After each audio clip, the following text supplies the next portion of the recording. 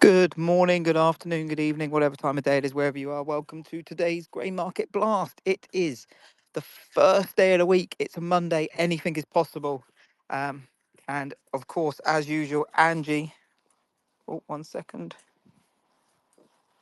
Sorry, I'm trying to do this whilst walking to the train station. So, as usual, Angie will provide a rapid roundup of the latest pricing flows and market moving news in agricultural markets. But before she does, I'll get the legals out of the way. So, as usual, nothing discussed in this space session constitutes trading or investment advice or infers any kind of endorsement by PIQ or indeed the hosts, which, as you know by now, is myself, Mr. Ryan Paisley, and the amazing, the wonderful, the fantastic Angie Setzer. Well, how are you today, sir? I'm in a good mood. I'm in a Are you very good in a mood. good mood? Oh, I needed that then because I'm over here grinding axes for no real reason. Just sometimes you wake up ready to kung fu fight, That's No, I've woken like in the up. The sun sun. is shining. I've looked out the window. I saw my little semi-pet robin with one Peggy is gammy leg. okay. We She is ride okay. at Yeah, dawn for Pegster there if yeah. needed. Peggy's okay. So yeah, that's good. So we live another day. Yes. Yeah, and I'm Excellent. buzzing. I like it. Look at you go. All right. Well, welcome to the Thunderdome. It is Monday. I like to say that every day just so we know, just so you don't forget where you are. We've got a lot going on as we do every day, right? And so Saturday morning, I'm at breakfast with my parents. We're just enjoying, it wasn't in a shovel, which was disappointing after learning that in Britain, you guys do shovel breakfast. But Yeah, I anyway, know. They'll serve breakfast on anything, and I that's mean what anything. I mean. That's what my American mind cannot comprehend a shovel. But anyway, we're sitting around having breakfast, and I get tagged in a thing on Twitter where it's like, oh, we've got exemptions now on these tech products. And so a little bit of excitement on a Saturday, like, wow, is this the olive branch that was needed to kind of court China, if you will? The US did import $390 billion worth of the electronics included in these exemptions in like 2024, with over or nearly a third of it, excuse me, coming from China, over $100 billion worth of the things that have been included in the exemption, which is what smartphones, computer monitors, flat screen TVs, like some other things that we just really like over here that we aren't really making over here as well, right? And so, a lot of excitement over the potential for the exemptions. Is this or isn't an olive branch? And then shortly thereafter, Sunday morning, Lutnick comes out and he's like, "Hold on a minute, there are no exemptions. This is a procedural thing. Like they shouldn't have been included in the first place. We're going over a whole new investigation on what needs to be charged to whom, on what, with how, and these will be kind of included under the semiconductor tariffs that Trump's been talking about. You'll learn more about it on Monday." Trump reinforced that and said, yes, this is a pause, yada, yada, yada. And so now we're just kind of back to a So world of just uncertainty. Did you see just a the new bit of video? But Go yeah, ahead. so just a bit of added color on this as well. Yeah. So one of the things that we're doing is that obviously to begin with, the electronics were kind of just lumped in with reciprocal. And what they've Yes. kind of said is like, look, we're actually going to move these to a new band of tariffs, which is more focused on national security interests. Now, one of the reasons, well, the thought process at the moment is one of the reasons why they're doing this is because it's a lot easier for Trump and the administration to have complete control over what goes on if it's a Because it's national national security security. interest. Yes, Yeah, exactly. 100%. And so that's what you saw. It's just basically this can help with the China thing. This will be one of those that they can't pull back if Congress does manage to wrestle back some control potentially. We don't know. I mean, yay. But it does introduce a level of uncertainty and not maybe quite the olive branch as intended. Maybe it is. Maybe it is used as a an opportunity for further negotiations or new negotiations between the U.S. and China as we move ahead. Or at the very least, it'll give me an opportunity to get my new iPhone that I meant to do before I have to make it myself. You're gonna order iPhones on Etsy pretty soon and have your own little craft to put together. Maybe that's a joke, obviously, but anyway, Some beads and maybe a bit of glitter and that's it. I'm gonna bedazzle my iPhone. But anyway, next thing that we're looking at is Argentina currency control changes, and I'm going to do my best to, not sound like an idiot when trying to discuss this because it's a very complex sort of change or shift potentially in approach, and I think it could have some impact on, at the very least, short-term farmer selling in Argentina. and potentially some of the ways that the farmers are able to approach the market, maybe some potential growth going forward, et cetera, et cetera. And so there was, we just had a conversation, and I see Nico's on right now. We just had a conversation with Nico and Eduardo out of Argentina and Brazil about South America last week. And one of the things that we had discussed was Argentina's change. Their economy is shifting. They are seeing more in the way of a free market sort of system. Milei's come in; he's a libertarian, and you've seen some major adjustments to things, some changes in how their currency is being pegged, and this, that, and the other thing. So far, in the Milei administration, he had come in shortly after his election, and adjusted the pegged rate on the currency. It was stuck at 350, even though the unofficial rate. So Argentina has two currencies, right? They have the official rate that's set by the government, and then they have sort of a black market because they limit or control,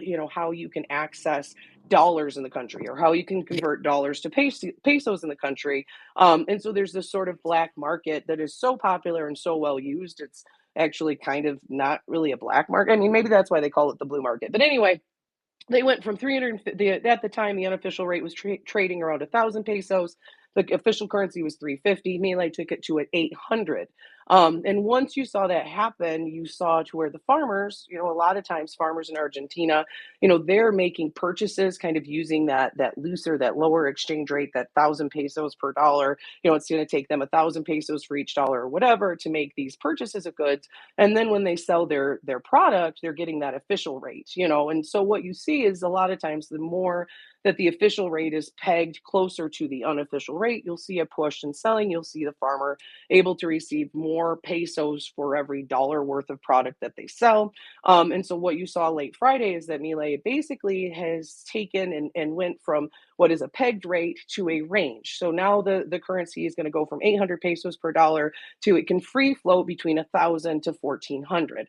So first of all, it's a devaluation, even though they say don't call it a devaluation. LL Cool J in Argentina is don't call it a comeback or a devaluation, though it is obviously. And I think we'll see more in the way of farmers selling this week as a result. In addition, going forward, the more you see Argentina work towards a freer flowing economy and some of these other things, the more that the farmers are able to not get caught in this gap between an official or an unofficial exchange rate, the more access to dollars or the ability to kind of change dollars and things like that, the better. Argentina has a lot of room for growth in their agriculture going forward. They have a lot of room for growth in a lot of things.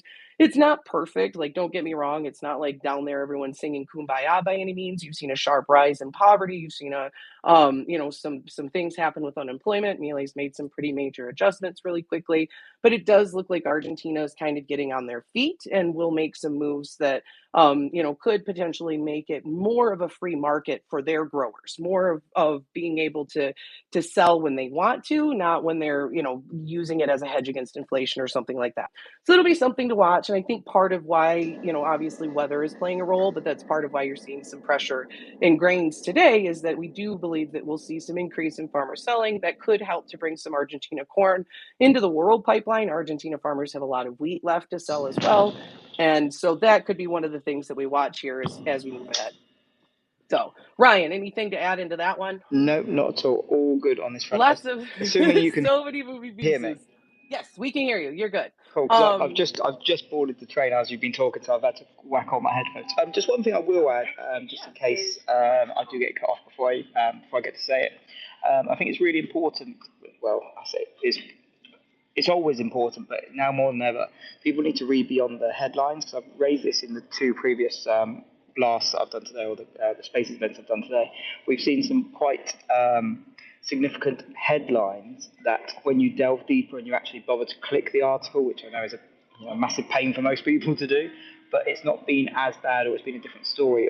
Just one thing that springs to mind, and again, it's kind of quite topical because it involves the US-China relationship over this whole tariff fiasco, is the fact that we saw a headline yesterday saying Trump has no plans to call Xi or be in contact with Xi. Now, that sounds scary, it sounds bearish, but when you actually read past the headline, it literally meant just that. There's no plans, but yes. They went on to say that they want to, but there's just nothing in the diary yet. So it's just really, really important that I think everyone's just remembers Yes, misleading. I agree.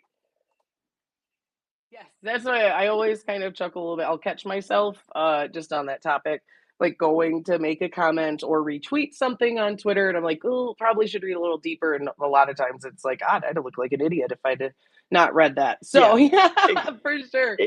exactly that. And I can tell you, I can promise you, bearing in mind we post a hell of a lot of news, and we pay for a Reuters distribution license so we can give the whole story. I can see how many people look at a tweet, repost a tweet, and then how many people have actually clicked the link in the tweet, and it's depressingly few people bother to actually click the link. That So actually yeah, read the do article. yourself a favor.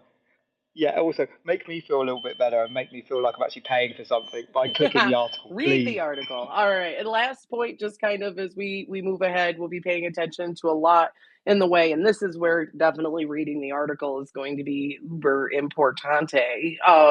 Trade deals and geopolitics are going to be the other thing that we really pay attention to this week. We did see, yesterday, a very unfortunate ballistic missile attack on Sumy in Ukraine. The Sumy Oblast is directly across from the Kursk Oblast and has been one that's been facing a lot more in the way of attacks. The Russia did launch, and hit the downtown district basically with two different ballistic missiles that took about 40 lives, injured 100 people. They are now saying that they targeted that area in specific because they were targeting a meeting of generals or something of that nature. And now they're accusing Ukraine of using human shields. And so I almost had to rub my eyes and see if we were talking about Ukraine or Gaza in that regard, because it's just kind of sad that you have, these sort of recycled headlines. And so that's what we're seeing. We are seeing more in the way of an increase in as an escalation in tensions, if you will, between Russia and Ukraine. And Russia is accusing Ukraine of hitting energy infrastructure, something Ukraine denies, and you're really just sort of seeing this slow simmer. But we are anticipating, we have seen representatives of the administration meeting in Moscow with members of the Kremlin. We are seeing officials from Ukraine meeting with the administration this week as well to further discuss that proposed natural resources deal. It's no longer a minerals deal. It includes oil and gas. So it's more of a natural resources thing. And we'll be watching that for sure. On that side of things, talks between Iran and the U.S. over the weekend at least did not escalate that situation. It does appear as though we'll get another round of talks here again soon in Rome. That's important to pay attention to because President Trump has threatened to bomb Iran's nuclear facilities if they do not come to an agreement, on being able to inspect these things and all this sort of stuff. Just basically kind of bringing back the conversation that we had about Iran prior to the Biden administration Yeah, coming in. and Yeah. we did have some quite hawkish comment from Hegseth yesterday as well. Basically, kind of like wink, wink, Yeah. nudge, nudge. If Iran don't toe the Yes. line, we might do something Did more he? serious. So yeah, it was very much kind of side eye around I was gonna make a yesterday. joke about texting with emojis, but I figure this is not the time nor the place, Angela. But we This is will not be the time. watching more in the way of trade negotiations too. We've got Japan said today that they will not be selling U.S. Treasuries. That's one of the things that some folks have been thinking that maybe China has been behind some of this recent selling pressure that we've seen. China is the second largest holder of U.S. Treasuries. Japan is the foreign holder. Japan is the largest foreign holder of U.S. Treasuries. They've said, nope, we don't do that to allies. So we are hoping that we'll see more in the way of conversation there. South Korea is supposed to be coming, Vietnam. Also, India has said that they've kind of reached a good point in their negotiations when it comes to their bilateral trade deal, though it seems like we'll have a big sticking point. India likes to charge about a 39% tariff on corn, soybeans, wheat, those types of imports, and say that that's kind of Yeah. off the table. And the administration's like, to hell with that, nothing's off the table. Like this is this is on the table. I'm trying to hurry quick, but there are so many gosh darn moving pieces. Last thing, kind of too, we saw Trump and Scheinbaum. There's a little bit of a concern that started to arise because Mexico has not followed through on their part of a decades old treaty that says that they're supposed to send so much water into the Rio Grande to be put Oh yeah. into Texas for irrigation. obviously our Secretary of Agriculture is from Texas, so this is kind of near and dear to her existence, or at the very least, it's always good to know someone. And so she's been Yeah. arguing about this for a minute. They're saying it's costing millions. We've obviously had a multi-year drought down there.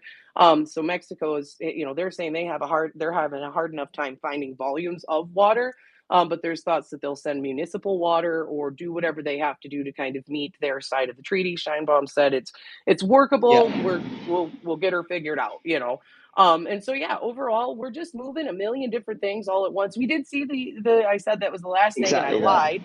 Lutnick over the weekend brought up agricultural products as being low-hanging fruit, biofuels and things like that.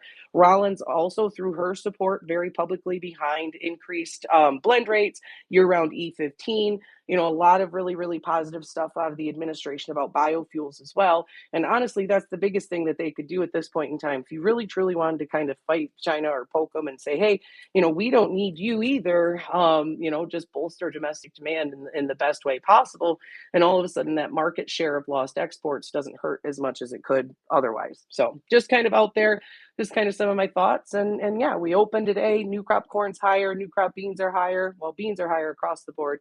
Wheat's a little lower. Some more rain in the forecast here, extended wise, and the Argentina, increased farmer selling that we could see there. And corn's mixed. So that's it for our Monday. I think we got it.